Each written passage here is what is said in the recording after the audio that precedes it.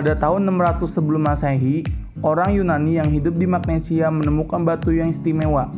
Batu tersebut dapat menarik benda-benda yang mengandung logam.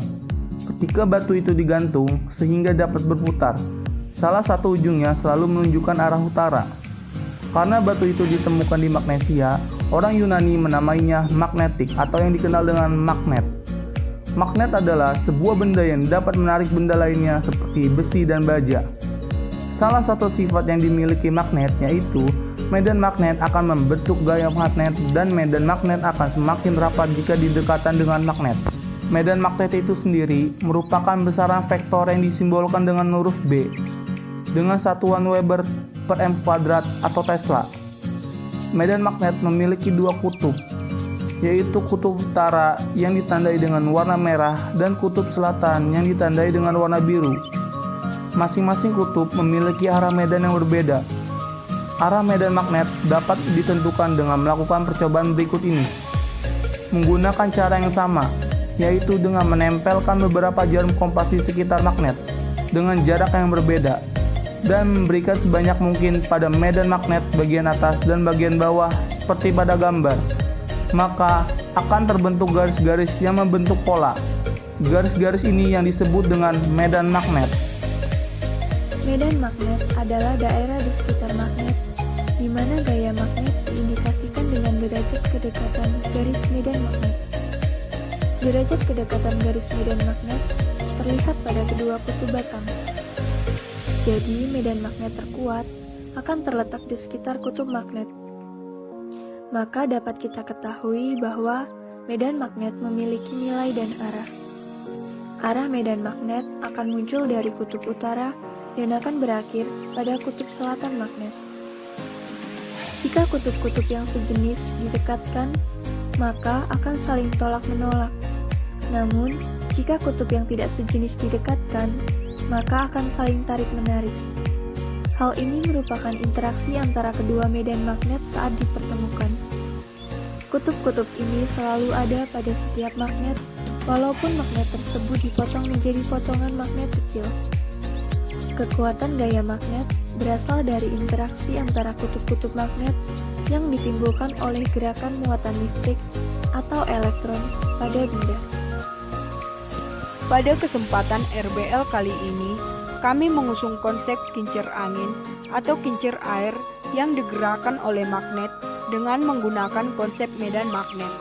Adapun alat dan bahan yang digunakan diantaranya yang pertama, magnet kelereng yang berfungsi untuk membantu menggerakkan kincir angin. Yang kedua, magnet cincin yang memiliki fungsi untuk menarik magnet yang terdapat di dalam kincir angin. Yang ketiga, papan penyangga yang memiliki fungsi untuk sebagai penyangga dari kincir angin dan juga penyangga dari magnet cincin. Dan yang keempat, kincir yang berfungsi sebagai komponen utama dalam pembuatan RBL ini. Berikut ini adalah langkah-langkah membuat alat peraga kincir magnet. Pertama-tama, buatlah penyangga untuk kincir agar kincir dapat berdiri dengan baik. Lalu, buatlah penyangga untuk magnet cincin. Langkah yang kedua yaitu pasangkan magnet cincin pada penyangga magnet cincin yang telah dibuat.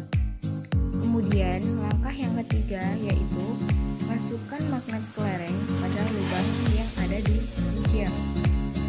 Untuk cara mencobanya, jauhkan lalu dekatkan magnet cincin secara perlahan. Konsep dari kerja kincir ini yaitu dengan menggunakan sifat dari medan magnet. Sifat medan magnet tarik-menarik ketika kedua medan magnet saling didekatkan. Pada alat peraga ini, di dalam kincir diberi kelereng bertujuan agar magnet yang terdapat di dalam kincir dapat tarik-menarik dengan magnet kincir yang berada di luar kincir. Tujuan diciptakannya alat ini adalah 1. Terciptanya alat baru. 2. Sebagai alat alternatif pada saat kincir air tidak memiliki air yang cukup untuk menggerakkan kincir. Ketiga, sebagai alternatif saat kincir angin tidak memiliki pasokan angin yang cukup untuk menggerakkan kincir. Selanjutnya yaitu kekurangan dan kelebihan dari alat ini. Yang pertama, kekurangannya. Kekurangan dari alat ini yaitu alat ini memerlukan biaya yang mahal karena magnet yang diperlukan itu adalah magnet yang sangat besar untuk menggerakkan kincir tersebut, dan magnetnya harus diganti secara berkala agar sisi magnet tetap terjaga dengan baik. Kedua, kelebihannya yaitu magnet dapat menggerakkan kincir angin atau kincir air ketika kincir kekurangan energi untuk menggerakkan kincir. Harapan ke depannya, semoga konsep dari alat peraga ini dapat diciptakan dan dapat bermanfaat bagi manusia sebagai tenaga listrik yang terbarukan.